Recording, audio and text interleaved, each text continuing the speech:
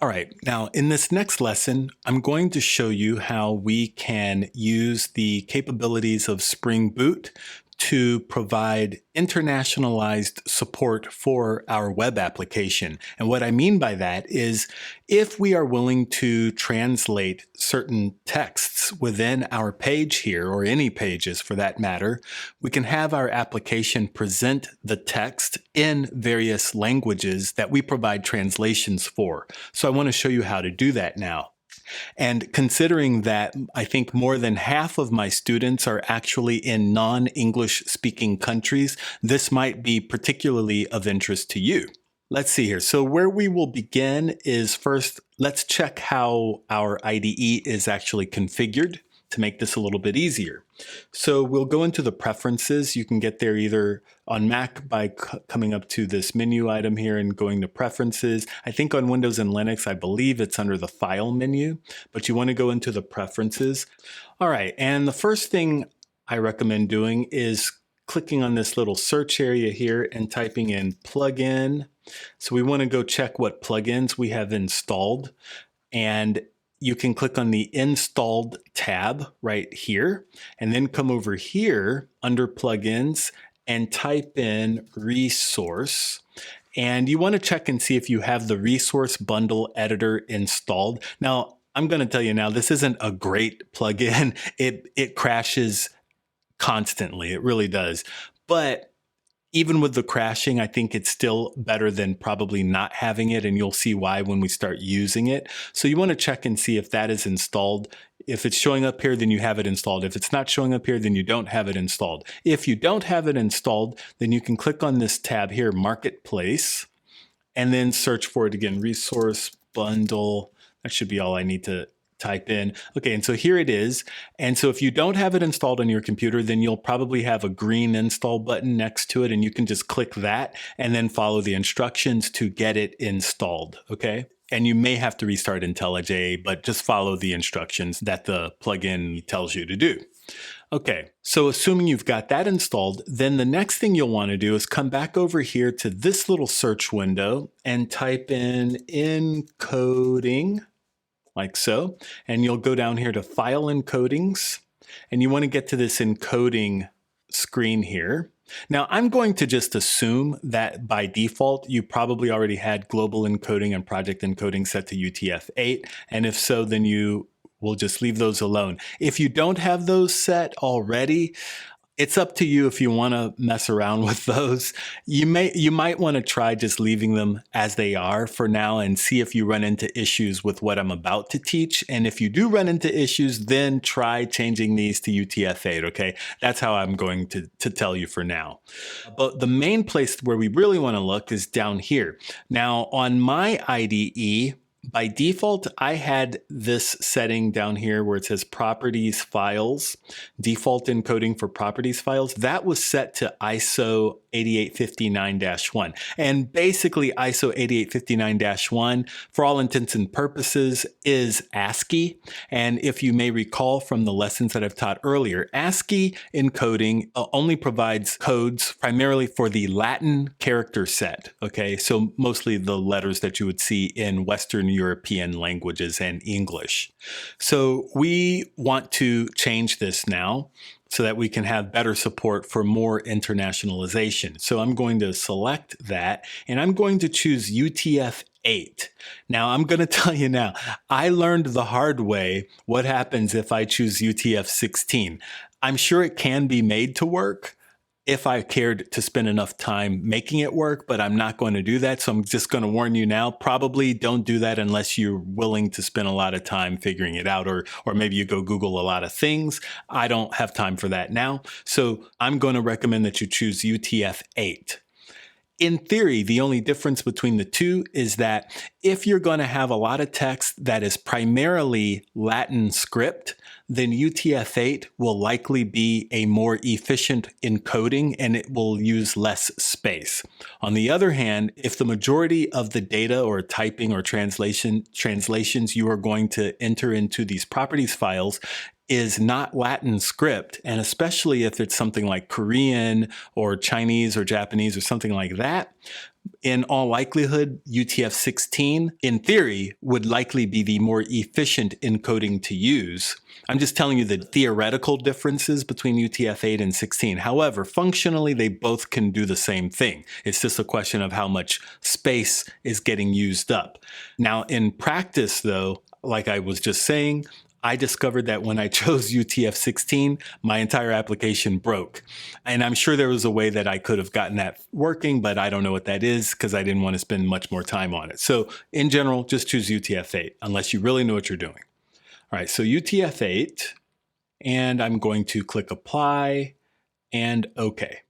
All right, and so now we will open up the project pane here, right? And then under the Source Main Resources folder, we can right-click on that and choose New and Resource Bundle, or you could just do Command N.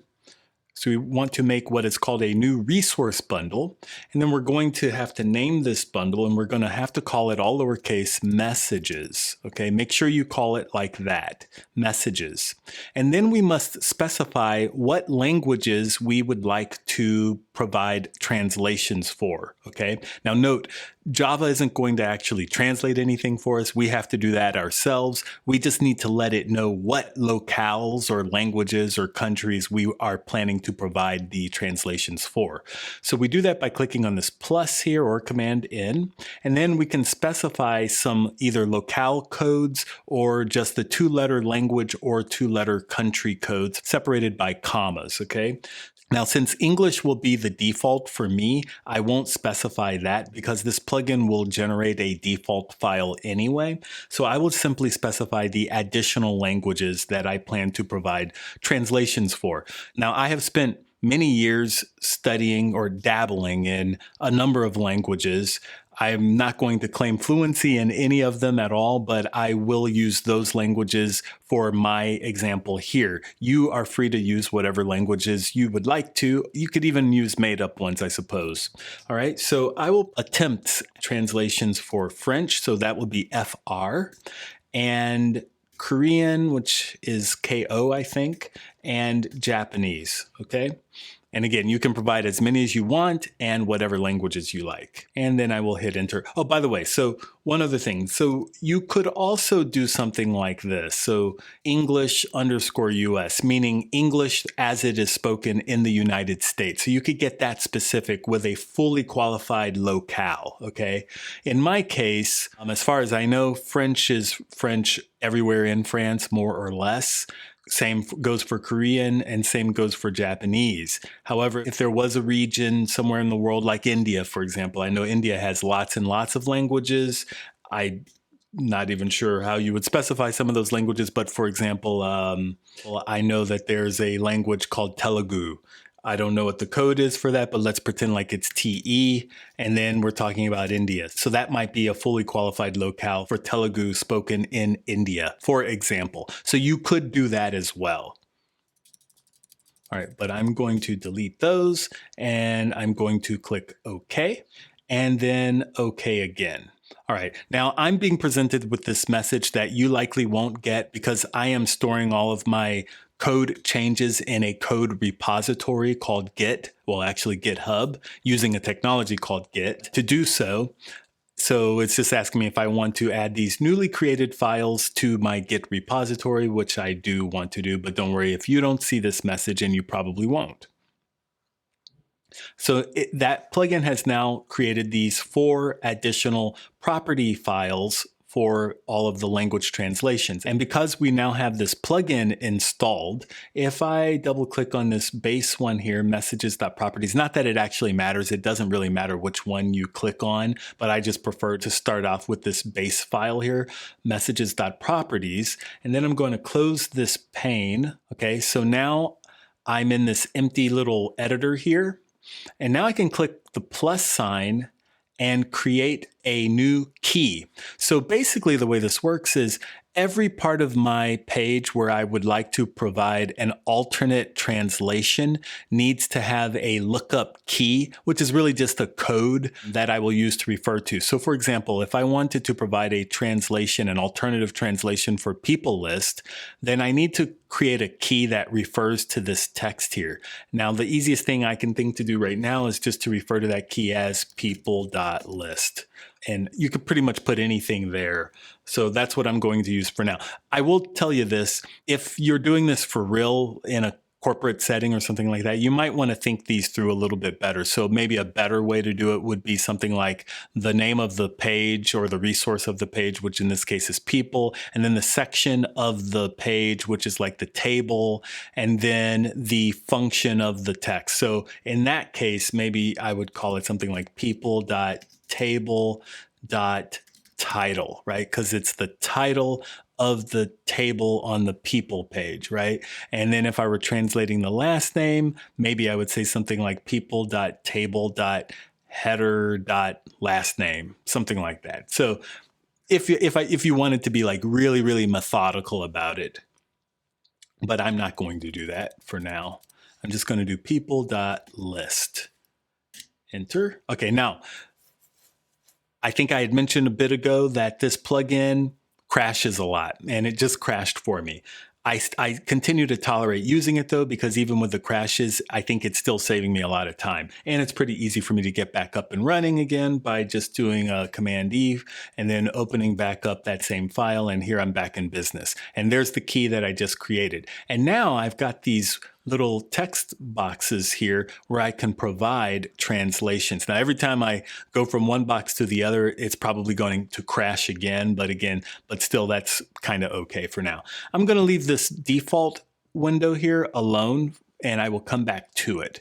So let me provide a translation for French, and I don't know if I already stated it, but I will just simply state that I'm certainly no expert at any of these languages whatsoever. I have a slightly advanced level of high school French, okay? That's basically where I am with my French here, okay? So my translations that you will see here may serve as comedy for many of you, and if so, that's great. I'm here not only to educate, but occasionally to entertain as well. So for the French translation for people list, I think I'm going to say something like liste des gens. I have no idea if that's even how French people would say that, but that's how I'm going to say it. I don't even know, would they put the E on? I think they would. I don't know. So anyway, that's fine. It's fine. This is just for illustrative purposes, okay? And then I'm going to save that and move on to Japanese. And when I do this, when I click on this, it's probably going to crash. Yep, there it goes. So let me just reopen that. Come back down here to Japanese, and let me switch my keyboard over to Japanese. So again, I have no idea how Japanese people would even call something like this. So I'm just going to make up something here, and I'm going to call it hito, which means people or person. Hito risuto, like that. And I don't know if they, even if they were to say this, I don't know if they'd say that, or maybe hito no. I don't know, the list of people. I don't know. So it doesn't matter. For my purposes, it doesn't matter. This is not a commercial website that I am making. This is just to teach you. All right, so that's how I would do that. And then I will save that. And let me switch my language into Korean and let this crash. There it is, it crashed. And then reopen it and then come down here to the Korean thing. And now for Korean, I guess I will say something like saram 리스트.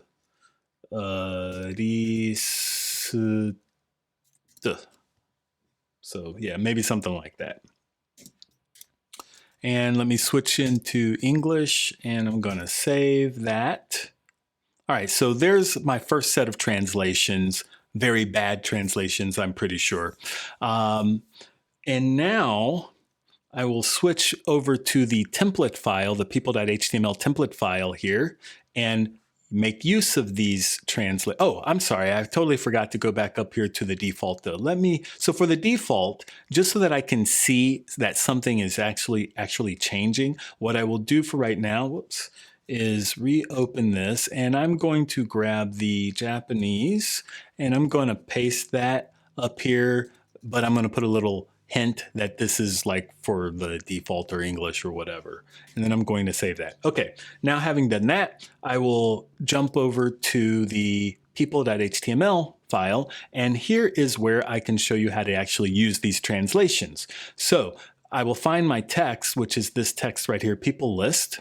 Now, I don't actually have to change that. Remember, I told you several lessons ago that one of the cool things about the Thymeleaf templating framework is that you are able to templatize an HTML page without modifying how it looks if it's not being interpreted through Thymeleaf. Okay, so I can actually leave that text alone, and my modification will go inside of the H2 tag that houses this text here. So what I will do is simply use the text tag of Thymeleaf. So that is th:\text equals, and then I will use a special indicator that means that I want to provide a message. And so that is the hashtag and curly braces. And then all I need to do is to refer to the code that I provided that stands in for this people list. And that was all lowercase people.list, like so. Now, let's see what happens when I actually cause the Spring Boot application to reload here. Oh, and the problem is that I'm not actually running. So let me restart up my application here. There we go. And now I've got my Japanese here. Okay. Now let me point out something. I wish I had that running before. What I wanted to point out and show is that if you're following along with me and you're making these changes, and if your server had already been running, there's a good chance that when you implemented this change and restarted everything, that you would have gotten some kind of messed up like question marks and then like people.list, something like that, and maybe even a people list _en_us or something like that, and then some more question marks. So it would have not looked correct. There's a high probability that that's what you would have gotten if you had followed along with me, but your application was already running. If you get that, what you probably need to do is to explicitly just stop the application with the little stop button here. In fact, I'll go ahead and just click it now. So just stop it and then restart it with the green play button. Okay, so let that restart and then go back to your browser and refresh the page. And the reason for that, if you ran into that, would likely be because if I open up the, if I come over here and open up the project pane, the reason for that would likely be because these property files here may not have gotten picked up on the class path. And I know these words might not be meaning a whole lot to you, but they might not have gotten seen essentially by the JVM if the JVM had already been running at the time when you created and added these files to the project. That might happen. Okay, so to ensure that they definitely did get picked up, if you're getting that issue at least, you can just stop the application and then start it up again, in which case these property files, the messages properties files, will then get picked up by the class path of your JVM, and you should be okay then. All right, so yeah, we've got our first little bit of a translation there. Now, here's an issue though. What if you want to test out the other translations? The way that this is currently working is that the browser is sending in each request a little bit of locale information. I think I showed that to you before. Every time we send a request, in fact, I can just show you that again real quick. I will open up the dev tools and go to network. And if I just refresh this page, that'll trigger a request to be sent. And then I can click on the request there and scroll down to request headers, and there it is right there, accept language, en-us. So what's happening is that's getting sent to the application, and the application doesn't know which of my special property files to use to indicate a message here. So it goes to the default one, messages.properties, which is why I put this data here so that I would see something really explicit and international, but I put the EN on there so that I would know that, okay, this is my little test one, right? So now what if I wanted to test out these other translations though? Well, Spring makes that relatively easy to do if you provide a little extra configuration. So now let me show you how to do that. So first let me close that. So if I open up the main Java and go to the main application file here, this is the starting class. Let me minimize that to get some more room and then close this as well. So we're in the starting file here, the starting class of the entire project. And it's the starting class because it has the public static void main method in it, which actually starts up our application, okay? So this file can actually also be used to provide additional configuration for a Spring Boot application. Now, you don't have to use this file to do this. You could create additional classes yourself, which are used purely for configuration, but you don't have to. You could put configuration information here as well. And that's what we will do. Now, first thing to note, I forgot to clear this out between recordings when I was trying things out off camera. So first thing you're going to want to do is to add this little bit of code here to have your application class implement the web MVC configurer class, okay? So this is part of just customizing the configuration of Spring Boot. We'll come back to that in just a moment, but make sure you get that added. And then we're going to add a couple of configuration beans, if you will. So and those will be implemented as additional methods on this class, okay? So the first one will be public, and it's going to return something of type Locale resolver.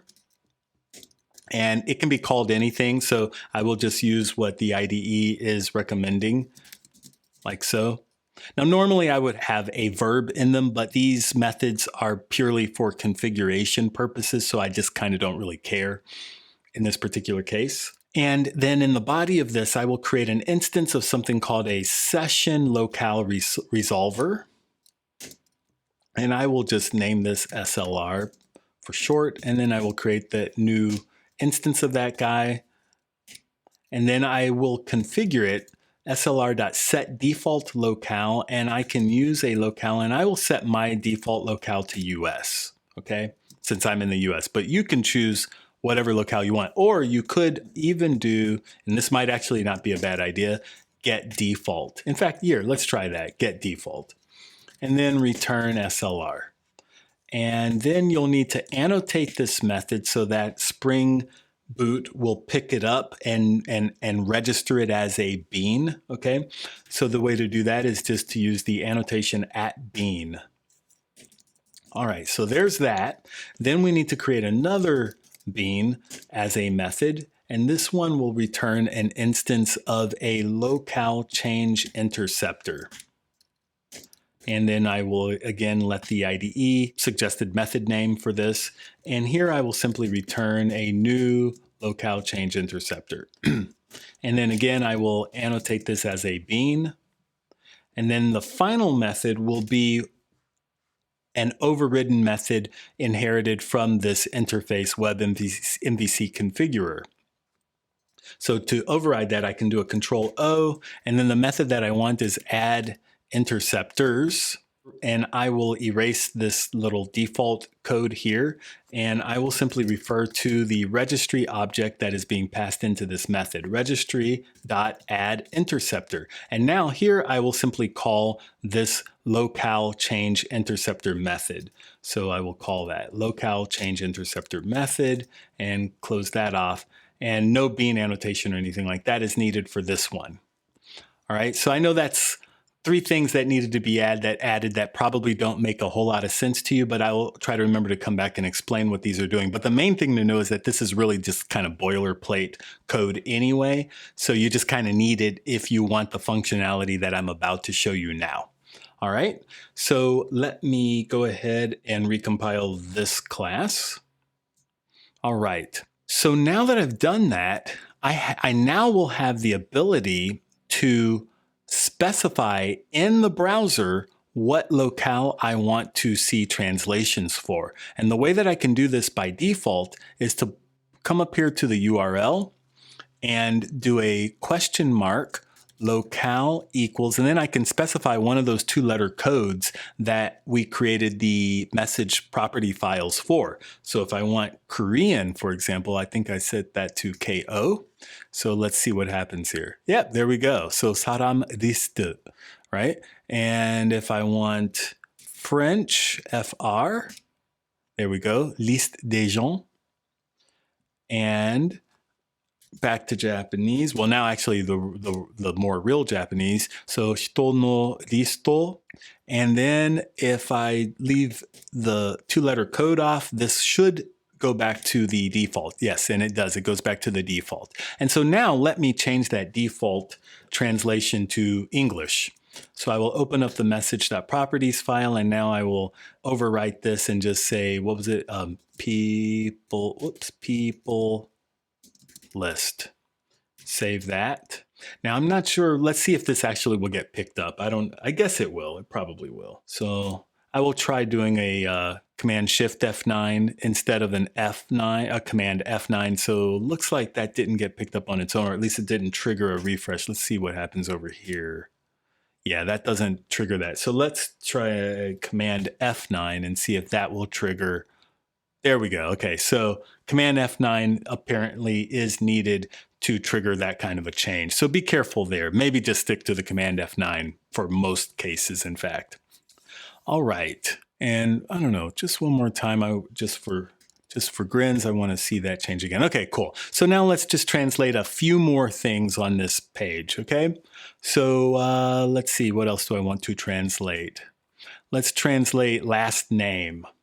So I will add another key for, I will just call it last dot name. And so for English, I will call that last name and save. And then this is going to crash. Oh, it didn't crash this time. I don't know why it didn't, but that's cool. All right. For French, let's see. Nom de famille, maybe, I guess. I don't know. That's what I'm going to call it. Nom de famille. Save that. And for Japanese, I have no idea what they call it, but I'm going to call it pretty much what I called it in French, but in Japanese. So let me switch to Japanese, and that should be kajoku, I think. Kajoku. That might be, what is it, kazoku? Kazoku. That looks about right. I recognize the character for like house or whatever, so I think that's right.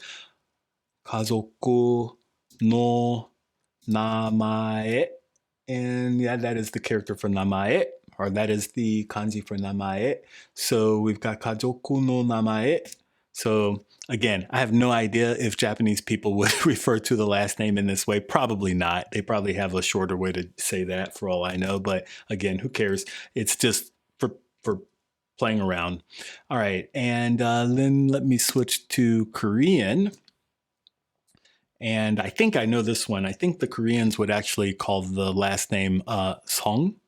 So, whoops, Song. I think that's what they call a family name or surname. All right, so I will save that. I don't know why this suddenly isn't crashing now. I don't know. And let's do one more. And we'll do first name, I guess. Whoops, and I forgot to switch first name.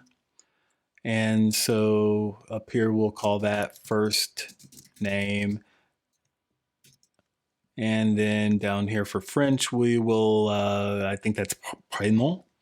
And I think they use an accent, but I don't remember what the accent is. Sorry, French speakers. I'm not real great with a lot of your language there, but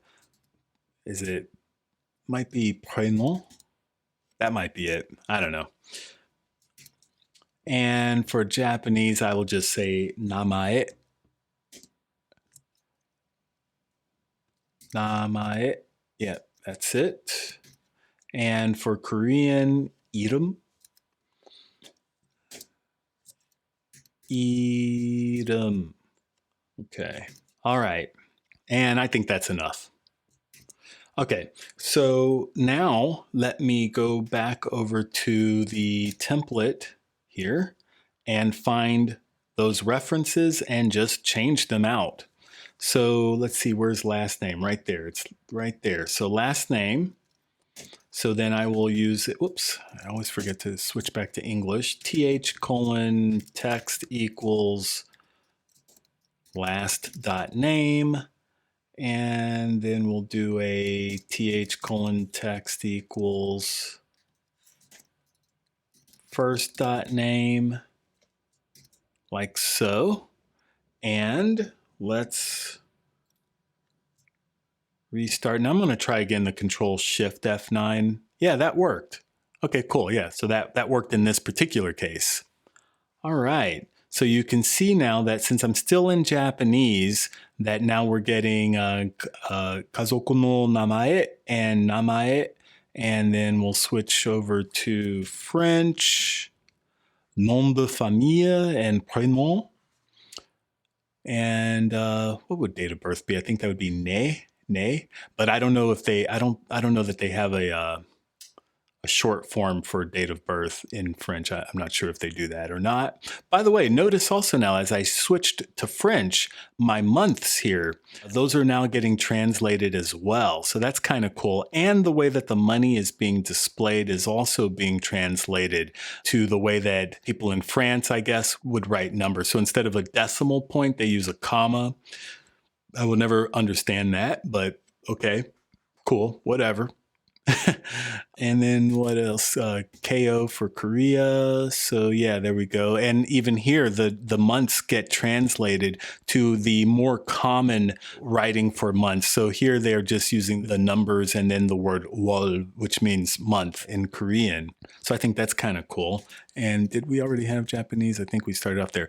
Now, interestingly, I guess the standard in Japan is that they just use the English, or maybe my use of this code is incorrect or something. I'm not sure what's going on there, but let me look up real quick. What is the proper locale code for Japan? Java locale code for Japan.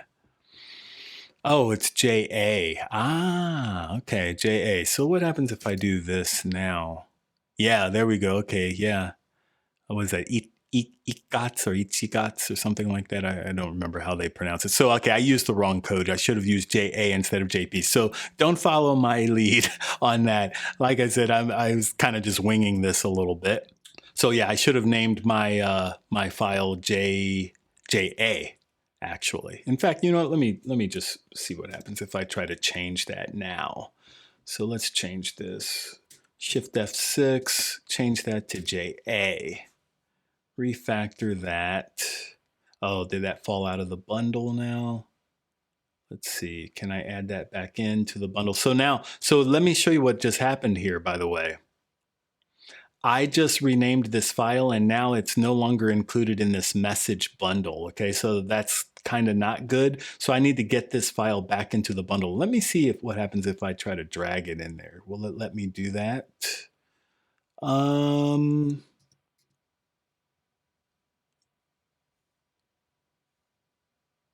Yeah, maybe that worked. So so let's see here. If I come over to the browser and I reload, now I probably need to restart something though. Yeah, I probably. So let me do a Command F9. There we go. And so now I've got the Japanese text there, plus the date stuff is rendering correctly as well. All right, so I think that should show you pretty decently how you can provide translations for an entire website or web application. As you can probably see though, it can be rather tedious because you've got to sit there and provide a code for each and every single bit of text that you want to translate, which is why you're not seeing me show you the entire page translated, not to mention the fact that my translation skills are just not that great. But at least you do get a chance to see, generally speaking, how this can be done. Now, I'm going to take a minute here to just tell you a little bit of my background here, just as a little light entertainment. So feel free to stop watching right now. I haven't told you a whole lot about myself, and I'm still not planning to tell you very much, I guess. But I will let you know that early in my software development career, I did work for a major credit card company. If any of you live in North America, you might know who I'm talking about if I say that my experience there was priceless. So I worked for that company for a number of years, working as a web application developer on some of their international websites. And I was hired because I had a level of comfort and familiarity with certain languages, in particular French. Obviously, I've already proven that I'm not like super ultra fluent in French, but I'm comfortable with the language enough as a programmer that when I was given HTML template pages to modify for use in our web applications, I at least could understand what I was reading to a fair enough degree, when it says, first name and birth and things of that sort, and this was about 20 years ago, by the way, though I haven't done a whole lot of it in recent years. But I mean, this is the gist right here. So I will say this: if you do plan to do any of this type of internationalization oh, and by the way, internationalization in computing is often referred to as I-18N. I guess because the word internationalization, I suppose, has 20 letters in it, and it starts with an I and it ends with an N, and so you've got the other 18 letters in the middle. So it's called internationalization, or I-18N, okay? So if you do plan to internationalize or localize any of your applications along the lines of what I'm showing you here, do yourself a favor and be really careful if you're going to use tools like Google Translator and stuff like that. Hopefully, since, again, more than half of you are at least bilingual because you're listening to me speak English to you, and you're probably not in a primarily English-speaking country, you probably already understand these concepts as well or better than most. But obviously, like even here, the translations that I am kind of half jokingly providing, you just need to be a little bit careful. Sometimes even a tool as good as Google Translate may be, it will lack context of what you're trying to translate, okay? And sometimes those translations just won't make a lot of sense. So do yourself a favor and find a native speaker to confirm or verify or just get proper translations from. Oh, and so now let's also take a quick look at what these configuration stuff is doing. So let me just say this quickly. All right, so these two beans, basically what they are doing is this. So this interceptor here will look for the presence of this little parameter, locale equals blah, blah, blah. Now that can be configured to not look for the word locale. I could configure that to look for some other word, but by default, it looks for the word locale. And so if that word is present on the URL here as a parameter, it will use whatever value is set on there as part of the locale key, okay? And then that will essentially get stored in what is called a session. Now, I don't think I'm going to be able to take a lot of time to explain session right now, but basically session is a way to remember information in your web application from one request to the next, okay? Beyond the scope of just one request from the browser, okay? So like if I set a word if I set locale equals JA on the session scope, and then the browser kept sending new requests, that locale equals JA would always be remembered for a while, for a good long while, as long as I was kind of in this web application. That's the short description of what session is, okay? It's just a way of remembering things beyond the scope of just one request. And so actually, if I were to take this locale off and then hit enter, I will still be in Japanese, okay? Because that locale equals JA thing is now being remembered in the session of this application for me. Now, if another person on another browser were to visit this same web page, in fact, let me show you that. I will use a different browser. I will use Safari. Let me bring that over here. and I will go to localhost 8080/people. There we go. And now see here, this is in English. So over here, I'm in Japanese. And if I refresh, I'm still in Japanese, but over here in a completely different browser and a completely different session, I'm in English, and if I refresh, I'm in English. Now, if I change this to locale equals, let's do Korean. So now I'm in Korean over here, and then if I refresh, I will continue to be in Korean, but if I come over here, I will continue to be in Japanese. And I can erase the locale, and I will still stay in Korean over here, okay? So that gives you a little example of what session does. It just remembers some settings across multiple requests until it times out or you programmatically kill the session for the given user, okay? All right, so with that, I'm going to go ahead and close out this lesson, and I think this was a pretty useful one. So feel free to go ahead and fully internationalize the entire page, especially for those of you for whom English is not your first language. You will at least will know how to translate into your own native language better than I can. All right, so with that, I will see you in the next one. Hey guys, thanks so much for watching. If you enjoyed this content and you'd like to help me out, there are several ways you could do that. First, you can always click the like and subscribe. That'll help me out a lot. Additionally, another way you can help me out is to check the link in the description below. That'll link you to my website where you can find additional courses. And finally, for those of you who might be interested in starting a new career as a professional software developer, I offer a free PDF guide that will detail exactly how you can get started in this field with no college degree and no prior experience. All you need to do is click on the link in the description below. Thanks again, and I'll see you in the next one.